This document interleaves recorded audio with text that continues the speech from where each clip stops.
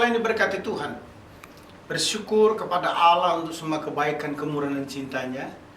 Saya percaya ini waktu yang terbaik bagi kita untuk terus bertumbuh, berakar dan berbuah di dalam Kristus Yesus Tuhan kita.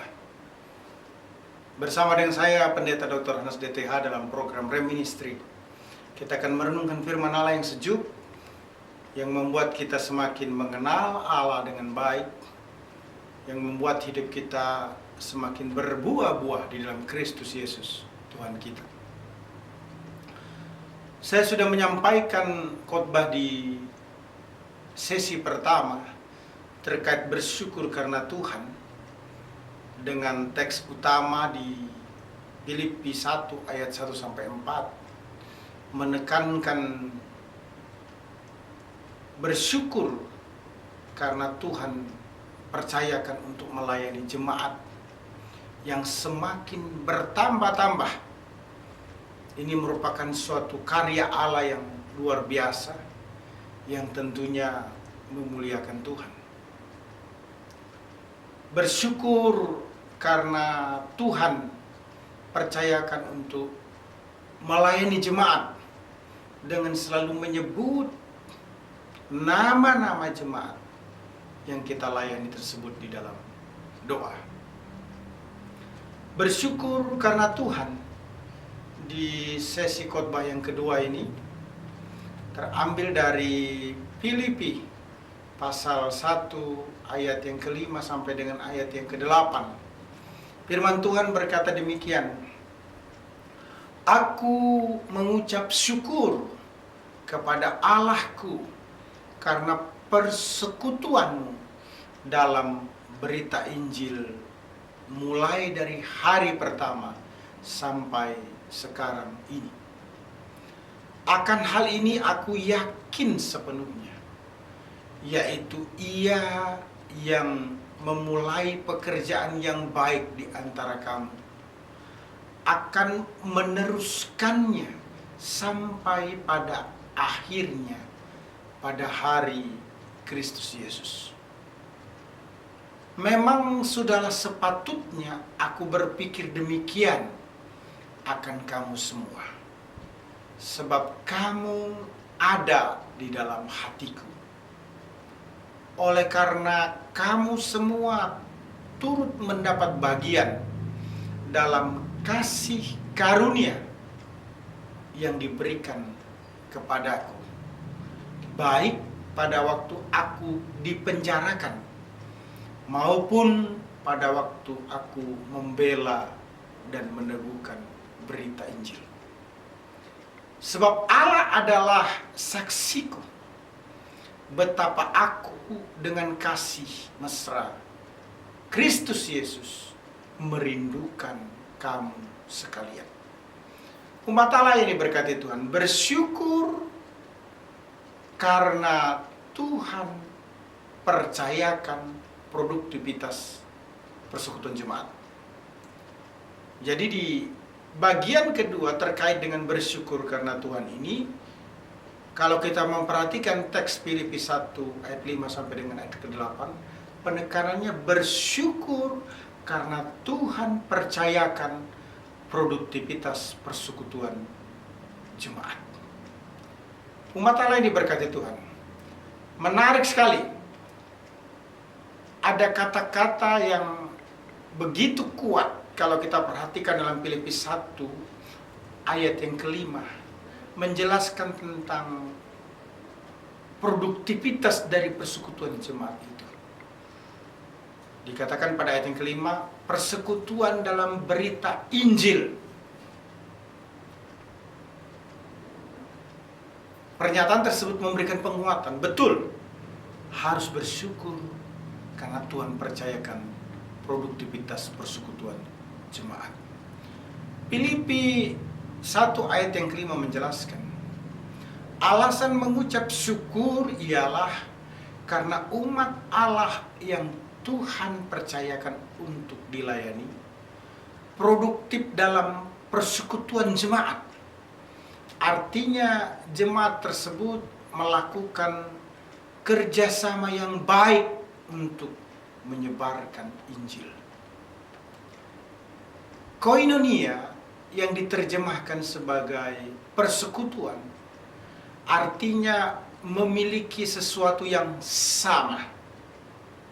Dan di dalam Perjanjian Baru dapat didefinisikan sebagai kehidupan bersama dan kepemilikan bersama orang Kristen yang bertumbuh karena adanya kecenderungan saling dan kehidupan yang memuliakan Kristus.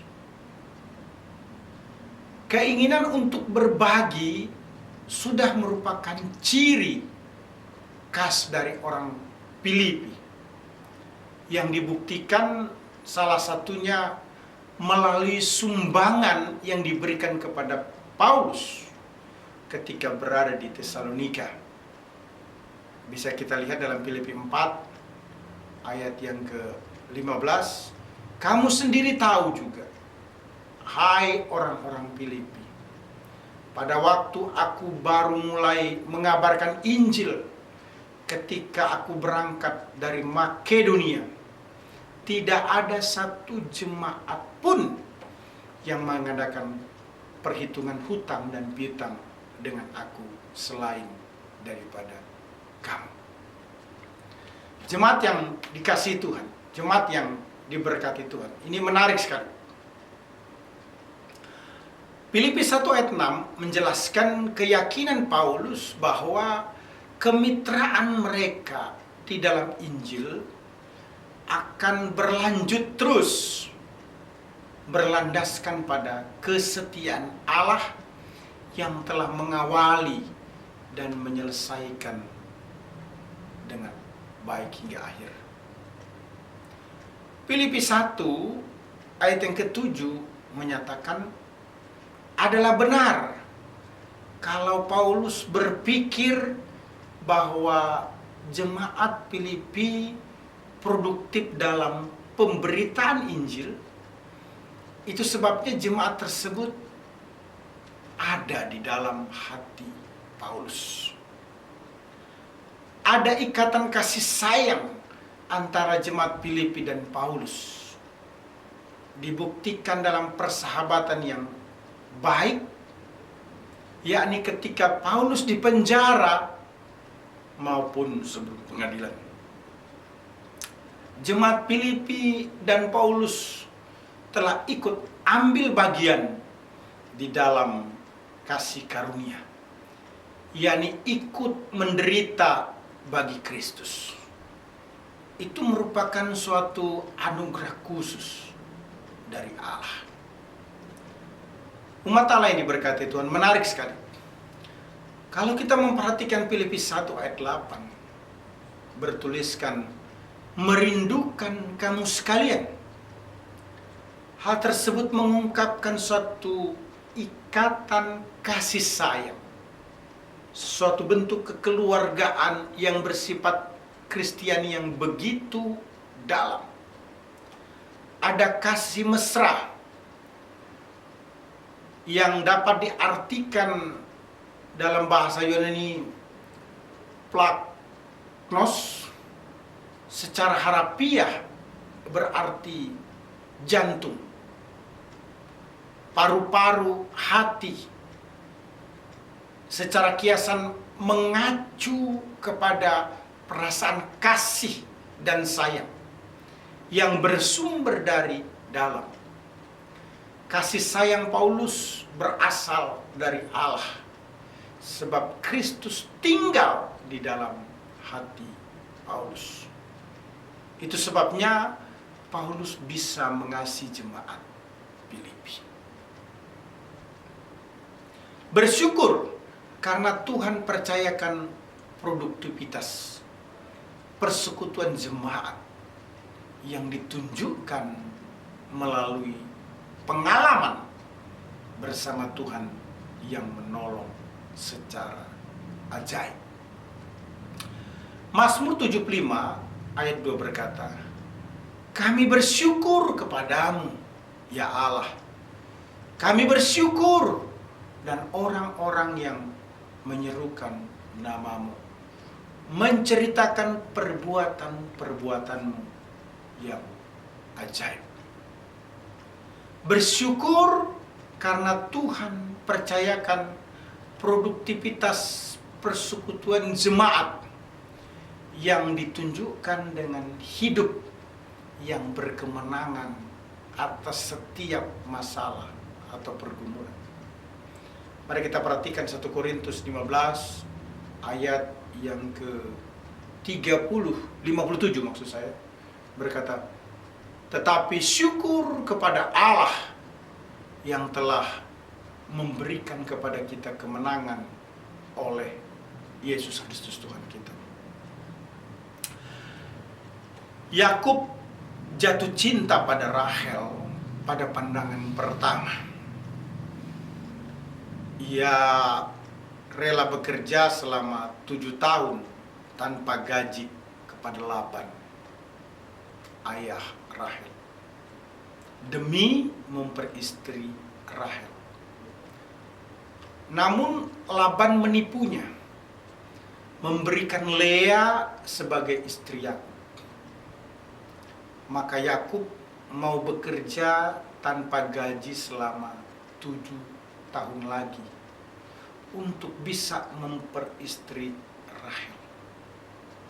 Namun tentu saja Yakub lebih mencintai Rahel daripada Lea.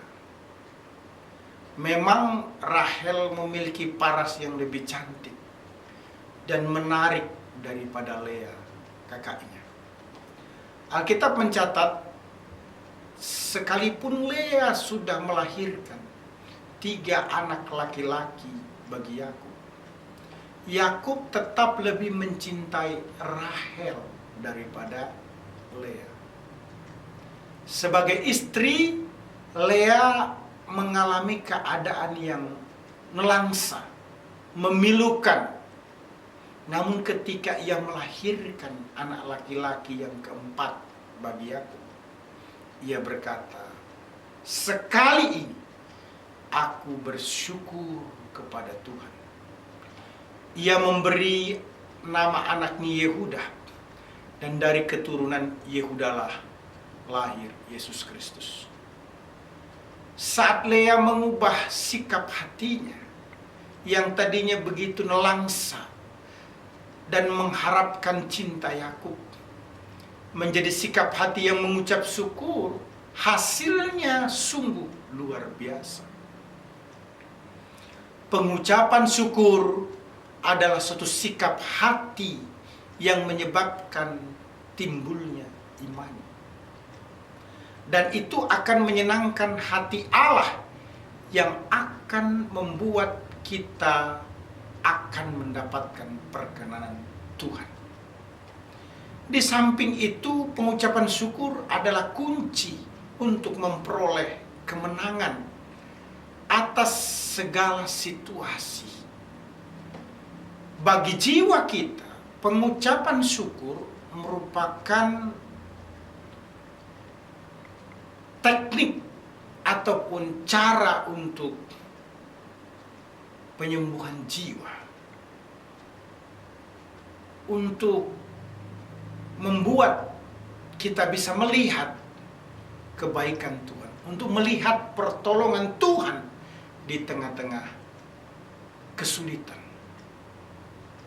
Mengucap syukur adalah suatu cara di mana kuasa Allah akan bekerja menghancurkan kesesakan hati kita. Kuasa Allah akan melepaskan kita dari pesimistis. Kuasa Allah membuat kita terlepas dari tekanan stres dan rasa kalah. Ada kemerdekaan, ada kelepasan dalam pengucapan syukur. Perhatikan. Ada kemerdekaan, ada kebebasan, ada kemenangan, ada kelepasan dalam pengucapan syukur. Bersyukur karena Tuhan, menurut Filipi 1 ayat 1-8 menjelaskan 2 hal utama.